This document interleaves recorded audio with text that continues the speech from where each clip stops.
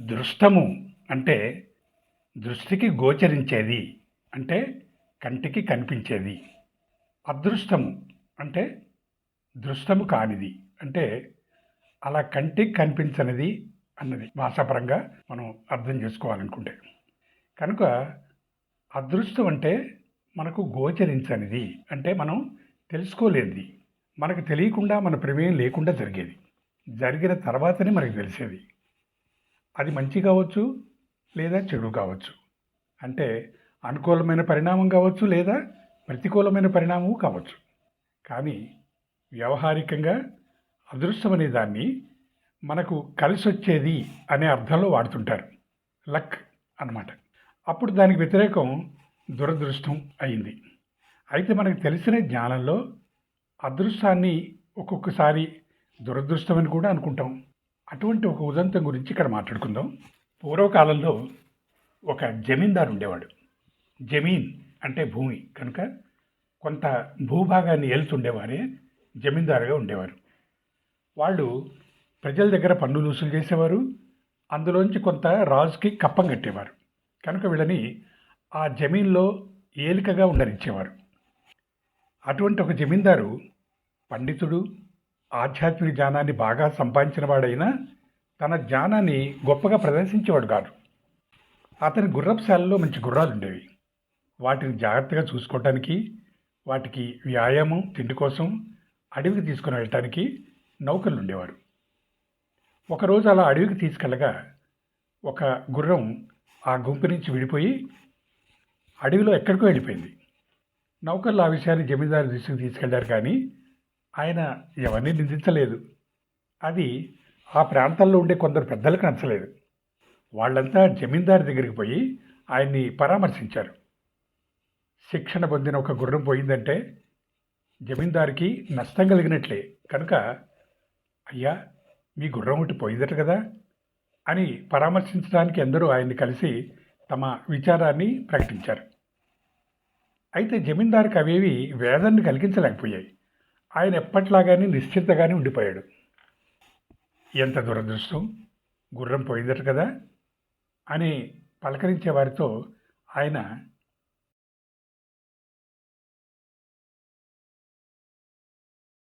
ఎవరికి తెలుసు, అదృష్టమో దురదృష్టమో మరి అన్నట్ట. అంత విలువైన గుర్రాన్ని పోగొట్టుకుని కూడా ఆయన అలా వేదాంతిలా మాట్లాడుతాడేమిటా అనుకున్నారంతా. అడవిలో తప్పిపోయిన ఆ గుర్రం అడవిలో పుట్టి పెరిగిన ఒక ఆడ అడవి గుర్రంతో చెలుపు చేసింది. వారం రోజుల తర్వాత దారి వెతుక్కుంటూ జమీందారు గుర్రపుశాల దగ్గరికి చేరుకుంది. అయితే అది ఒంటరిగా రాలేదు, తన చెలితోనే కలిసి వచ్చింది. అంటే జమీందారు గుర్రపుశాలకు ఆయన ప్రమేయం లేకుండానే మరో గుర్రం వచ్చి చేరింది. ఇప్పుడు ఇది తెలిసిన వాళ్ళంతా తిరిగి ఆయన్ని కలిసి, అయ్యా ఎంత అదృష్టం అండి, మీకు మరో గుర్రం అదనంగా వచ్చి చేరింది అని అంటే ఆయన మాత్రం నిర్లిప్తంగా ఎవరికి తెలుసు, అదృష్టమో దురదృష్టమో మరి అన్నట్ట. అందరూ ఆయన్ని మరోసారి వింతగా చూశారట. ఏమిటినా వచ్చిన అదృష్టాన్ని కూడా గుర్తించడేమిటి అనుకున్నారట. అడవి నుంచి వచ్చిన ఆ అడవి గుర్రాన్ని చూసి మోసపడ్డ జమీందారు కొడుకు పిల్ల జమీందారు దాన్ని స్వారీ చేద్దామని చూశాడు. కానీ శిక్షణ లేని ఆ అడవి గుర్రం ఆ అబ్బాయిని నేలకు విదిలించి కొట్టింది. ఫలితంగా ఆ అబ్బాయి కిందపడి కాలు విరగ్గొట్టుకున్నాడు.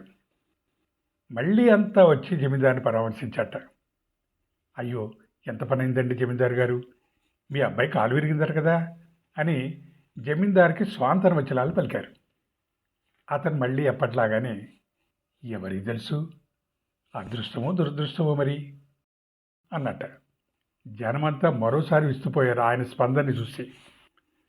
మరో వారం రోజులు గడిచిన తర్వాత ఆ రాజ్యాన్ని ఏలే రాజు పొరుగు రాజ్యం మీద యుద్ధాన్ని ప్రకటించాడు. యుద్ధం చేసేందుకు సైన్యాన్ని పెంచాలి కనుక ఆయన రాజ్యంలోని యువతంతా సైన్యంలో తప్పనిసరిగా చేరాలి అని రాజ్యమంతా దండోరా వేయించాడు. సైనికులు ఊరూరు తిరిగి ఆ ఊళ్ళలోని యువకులందరినీ రాజాజ్ఞగా సైన్యంలో చేర్చేందుకు తీసుకుని వెళ్ళిపోయారు. దాంతో అన్ని ఊళ్ళల్లోనూ యువకులు ఉన్న తల్లిదండ్రులకు భయం పట్టుకుంది. యుద్ధానికి పోతే ఏమవుతుందో ఎవరు చెప్పగలరు? దెబ్బలు గాయాలు తగలచ్చు, ప్రాణాలు కూడా పోవచ్చు. కనుక అయిష్టంగానే తమ పిల్లల్ని వారితో పంపించేశారు, కానీ అంతా దిగులుగా ఉన్నారు. అయితే జమీందారు మాత్రం ఎప్పటిలాగానే నిర్లిప్తంగా ఉండిపోయాడు. ఊళ్ళోని యువతతో పాటు సైనికులు జమీందారు కొడుకును కూడా బయటికి లాగారు. కానీ అతనికి తగిలిన దెబ్బలు, దానివల్ల అతనికి కలిగిన తాత్కాలిక అంగవైకల్యాన్ని చూసిన ఆ సైనికులు అతను యుద్ధానికి పనికిరాడు అని అతన్ని అక్కడే వదిలేసి వెళ్ళిపోయారట. అబ్బా జమీందారు గారు, మీరు ఎంత అదృష్టవంతులు! మీ అబ్బాయిని రాజుగారి సైనికులు తీసుకొని పోలేదట కదా అన్నారందరూ జమీందారుని పలకరిస్తూ. జమీందారు ఎప్పటిలాగానే, ఎవరికి తెలుసు, అదృష్టమో దురదృష్టమో మరి అన్నట్టు. జమీందారు వేదాంత ధోరణి అప్పుడు అర్థమైంది అందరికీ. మనం మన జ్ఞానంలో అదృష్టం అనేది దురదృష్టము కావచ్చు, దురదృష్టం అని అనుకునేది అదృష్టము కావచ్చు.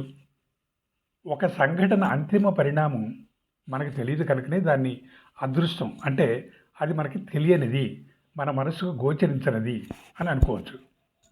అది నిజంగా మనకి ప్రయోజనం కలిగించేదో లేక నష్టాన్ని కలిగించేదో నిజంగా మనకు తెలియదు.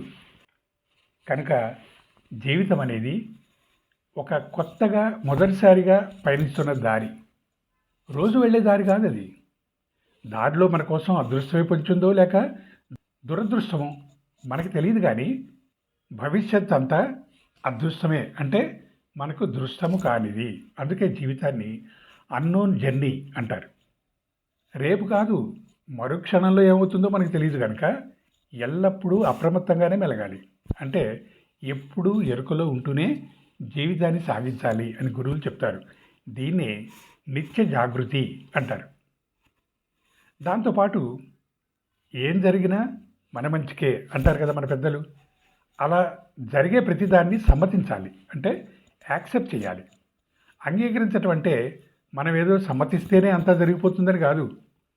పగటిపూట ఎవరైనా ఇది పగలు అంటే నో, నేను అంగీకరించను అంటే ఏమన్నట్టు? మీరు అంగీకరించకపోతే పగలు రాత్రి అయిపోతుందా? జరగాల్సింది ఎలాగూ జరుగుతుంది. కాబట్టి చెప్పకుండా పెళ్లి చేసుకున్న కొడుకు కోడల్ని యాక్సెప్ట్ చేసినట్లే ప్రతి సందర్భాన్ని యాక్సెప్ట్ చేస్తే మన మర్యాదే దక్కుతుంది.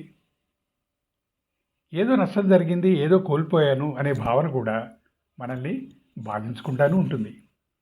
అలాగే మీరు కోరుకున్నది జరిగినప్పుడు కూడా పొంగిపోకూడదు, ఆనందించవచ్చు, అదేం తప్పు కాదు. పొంగిపోవటం అంటే మీరే అంతా చేసేసి విజయం పొందిన భావన. సహజంగా వచ్చే ఆనందాన్ని అనుభవించొద్దని కాదు, కానీ మీరే ఏదో చేసిన అహాన్ని పెంచుకోవద్దని అర్థం. కాబట్టి జీవితం అంతా అదృష్టమే, అంటే దృష్టము కాదు. ఏం జరగబోతుందో మనకి తెలియదు.